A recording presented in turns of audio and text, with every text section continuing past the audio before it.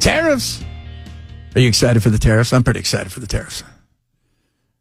What are we going to tariff? How much are we going to tariff? What's it going to cost us? That's what you want to know. Like, is it going to cost us something? And are you fine with that? Are you fine with higher prices potentially for a little while to get to a better situation for our goods and our workers?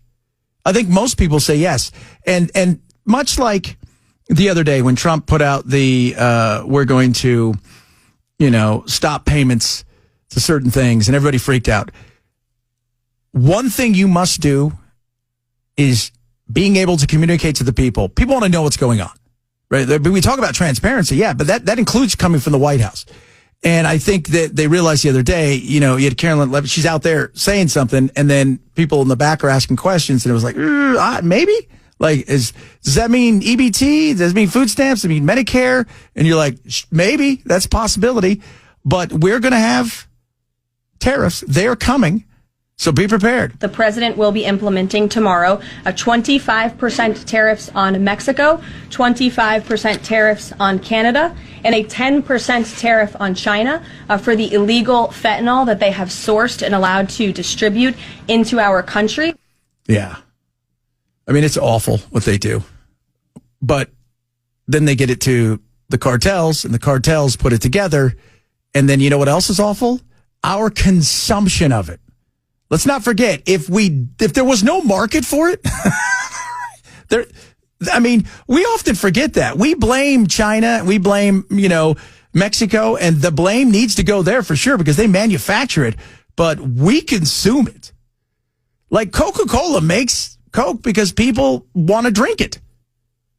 And McDonald's isn't coming up to you going, hey, health food, but you're still eating it. You're still eating it. And we've got to remember that there are some issues there when it comes to the consumption. But yeah, making it that easy and the death, the one pill can kill.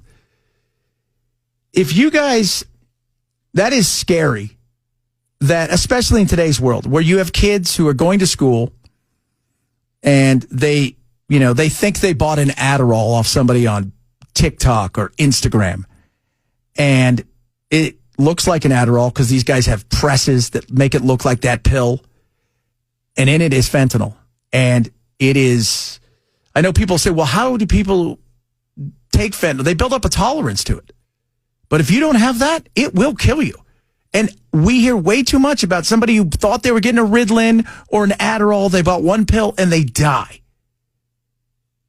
So yes, there is a lot of blame to go around, but our consumption of it doesn't help. But tariffs are here. The president is intent on ensuring that he effectively implements tariffs while cutting inflation and costs for the American people.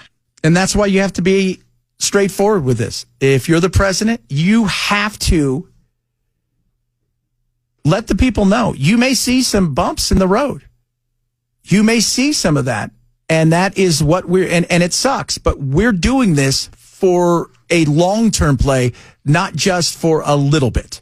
I don't think that he is pretending at this, but I also think Trump is using the threat of tariffs more than he's actually wanting to use tariffs. It's all everything's negotiation. That's the thing with him. If you start up here, then you're going to end up in a much better place than if you start way lower than that. And you can tell, the fact that he's putting only 10% on China is important, but you guys probably don't know. Many people don't know. Mexico's our biggest trading partner.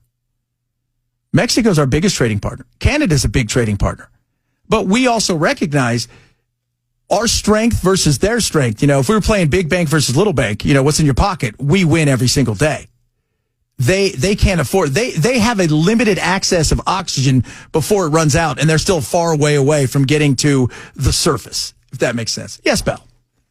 It stuns me the way that country has so much corruption that they don't really address. They don't really do anything to minimize the cartels in the long term. But they're still going to come and act like they're a powerhouse when they want to go up against us. I mean, please. Mexico's an interesting place. And, I know they don't want us, a lot of influencers don't want us to have Mexican food or go down there. By the way, I had Mexican food last night, and I'm all about immigration and fixing it. And yes, we need to be realistic about it. We might talk about that next hour. And you wore your sombrero in today.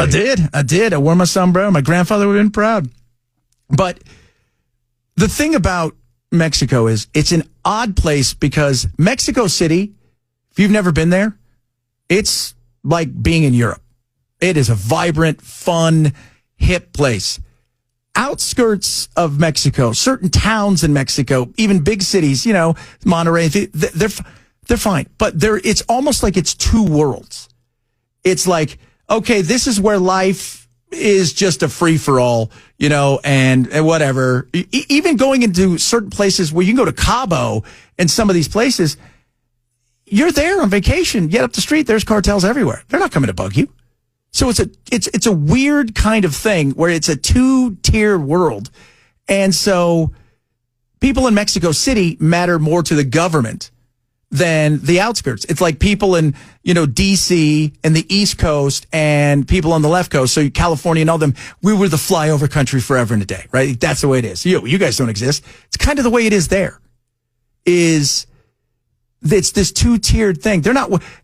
The cartels aren't roaming the streets of Mexico City the way that they are and control everything at the border because it's so far away from the border and it's just different. So they think they can handle it because the pressure that's going to come, most of the people in Mexico City can handle it for a while, but not forever. I think Canada's going to buckle first.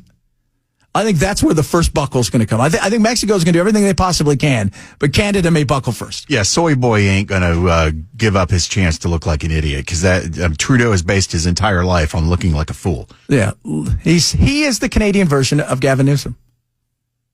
That's what he is, right? Mixed with a little of O'Connell and some Biden. Yeah, he's got all like it's the look, and then he's got nothing else. There's no substance to it. Zero.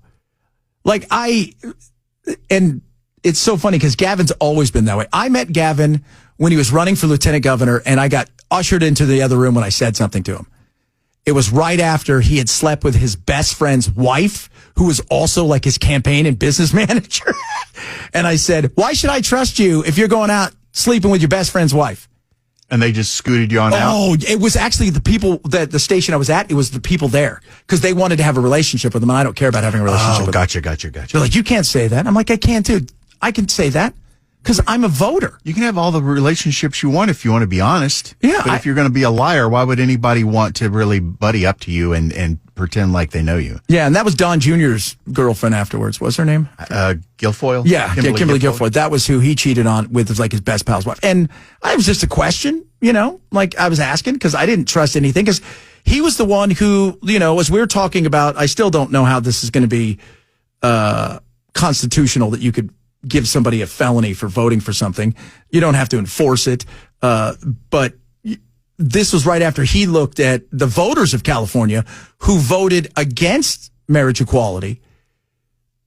He said, I don't care in San Francisco when he was mayor, you guys can still get married here and we'll still look at it. And the voters voted against it.